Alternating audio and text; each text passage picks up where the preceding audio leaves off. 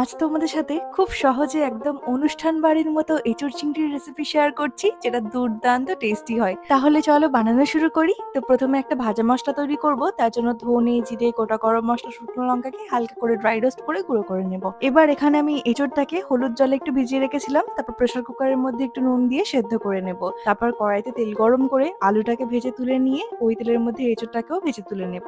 তারপর আমি এখানে নিয়ে নিয়েছি বেশ খানিকটা মতো চিংড়ি মাছ। চিংড়ি মাছের মধ্যে একটু নুন হলুদ মাখিয়ে মাছটাকেও ভেজে নেব। এবার ওই বাকি তেলের মধ্যে জিরে, গোটা গরম মশলা, তেজপাতা ফোড়ন দিয়ে দেবো পেঁয়াজ কুচি।